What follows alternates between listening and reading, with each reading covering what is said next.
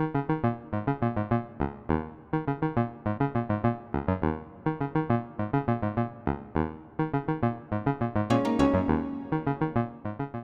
hello there. How are you doing? I hope you're doing well. It's a nice warm day here.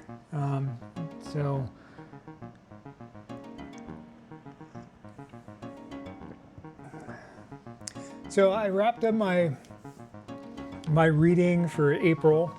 I was hoping to finish one more book just at the very end of April, but didn't get it in under the end of the month. I finished it at the very beginning of May, but I'll end up talking about that in a couple weeks here because it was a really good book and I definitely want to talk about it. But for now, I read fewer books than what I read in March, which, considering I read 9, isn't too surprising.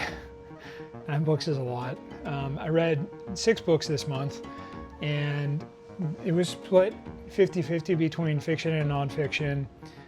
And I've already talked about some of the books that I read, but most of them I haven't. I'll talk about the fiction books first, and then the nonfiction. So if you're not interested in the nonfiction, you don't have to stick around for that, but I would appreciate it if you did. The first book I read was The Will of the Many, and I decided to read this one and my second book because I saw it on Daniel Green's kind of review of the r/fantasy top fantasy books or fantasy sci-fi books, and it seemed interesting based on what he had said there, and I did enjoy the book. I don't really think it warranted the position that it did. I mean, because it felt very tropey, but there was definitely a good vibe with some of the things, and I'm more interested about where this series might be going than what I necessarily thought about the book itself. I did like it, but it's got a lot of tropes in it. You know, the hidden prince, trying to undermine a great empire. He fights as a gladiator and eventually goes to the most prestigious school, and I enjoyed it, but there was definitely, I got a lot of vibes from some other books in it. Some of them were better, not all of them. I think that this was very good. I think that the parts about, well, since I'm going to be talking about it in a week, I will just leave it there for that book. The second book, actually end up discussing these 2 books together, Will of the Many and Empire of Silence. And I picked up this book for the exact same reason. It was a book on that same list. And I've been kind of looking for something that was more sci-fi, and this book definitely scratches that itch. And there are some similarities between this book and Will of the Many, where they both deal with kind of that hidden prince type thing. There's gladiators, but there's a lot of differences between the 2 books. One of the primary differences is the reason why these 2 characters end up doing the things they did. And with Will of the Many, it was outside of the main character's control, whereas in Empire of Silence, it was an intentional choice to do some of the things that happened to him. Not all of them, but a main component of it. I really enjoyed the book. I think overall I thought it was a little better than Will of the Many. And I think that the challenge that I need to think about is how I want to deal with sequels, and while doing this work here with videos and so on, because I know that sequels are less interesting than either the first book or the whole series overall. And it becomes more challenging if I'm going to have them in, these books in conversation with each other, because how do you have a conversation between two sequels? Like it becomes much harder to talk about. But I'll figure that out. Maybe I'll just read it, and just be one of the other books that I end up talking about during one of these discussions. The third book I read was Blood Over Brighthaven, which I posted a video here. If you're interested, please check that out. I really thought that it did a good job of twisting on its head the tropes of wizard school, and really brought in great tension because of the character choice and choosing a woman over a man, and in the time period that this was set in, in this antiquated time period where she was the first woman to do so many things. When, if you really think about it, we're not that far away from whenever the first woman went to, Harvard or got a degree or whatever. In a lot of ways, this is just a discussion about misogyny in academia generally, which I think is always good for people to talk about because it's real. So that's the last of the fiction books.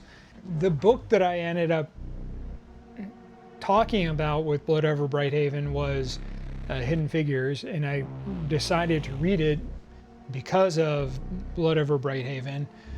It was one of the books where I really wanted to try and figure out what I wanted to have a conversation with, and I felt that I didn't really know much about Hidden Figures. I mean, I knew what the movie was generally about.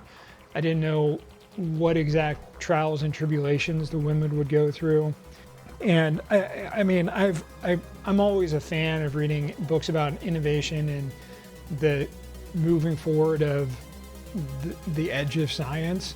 So it was pretty exciting to be able to read about this time period for the impact that what would become NASA had as an impact on World War II, and then the impact of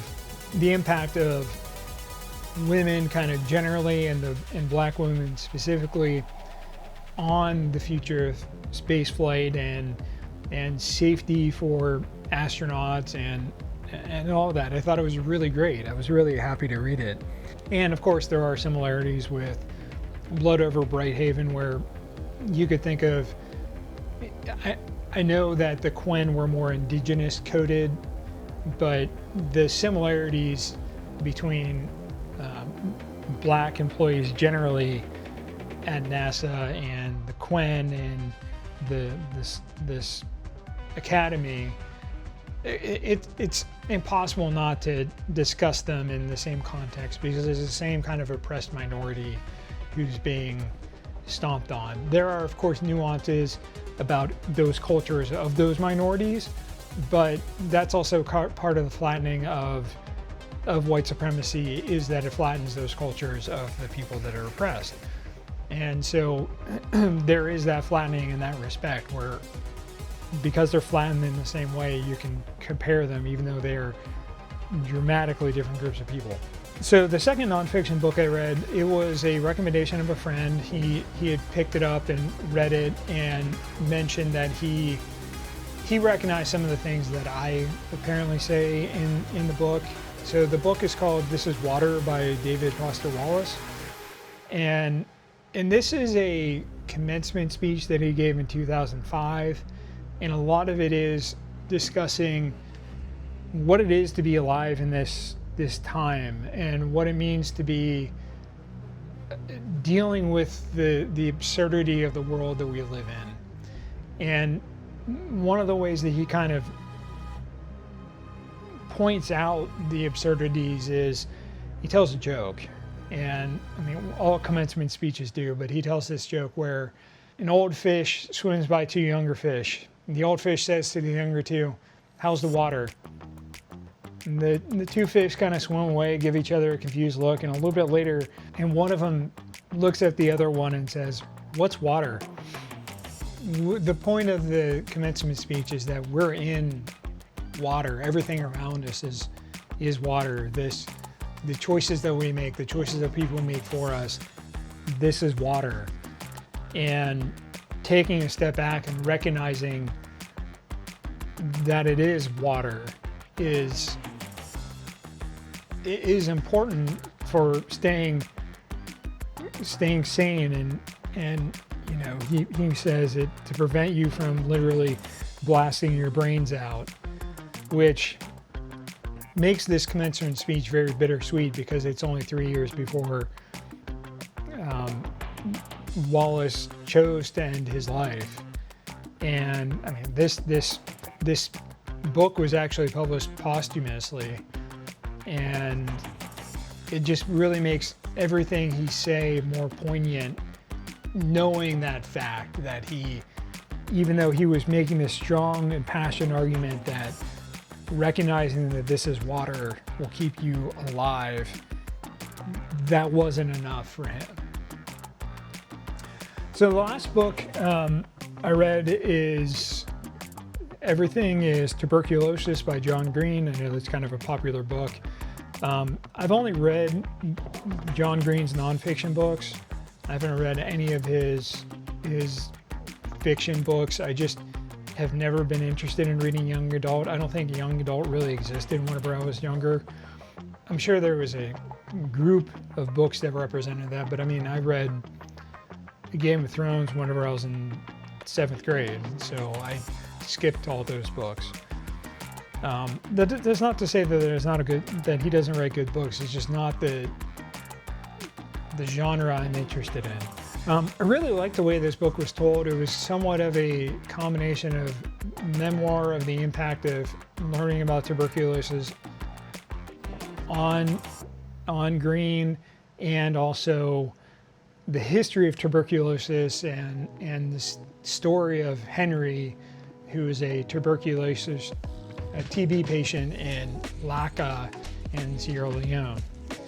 And Green does a really good job of weaving this story throughout to continually bring us back to, from historical information to this is happening right now, that we stopped TB in the United States, and this kid is suffering TB right now in Sierra Leone. And fans of his books who had I think it was Finding Alaska, where there's Fault in Our Star, where a kid has lung cancer and is dying. Well, a kid who had TB loved that book, and she died of TB, which is a lung disease. There was a lot of interesting and very emotional things in this book, but I highly recommend reading it, because it's a call to arms. It's a call to make changes, to try and be better as a society. And I think it's especially important right now because the organizations that the U.S.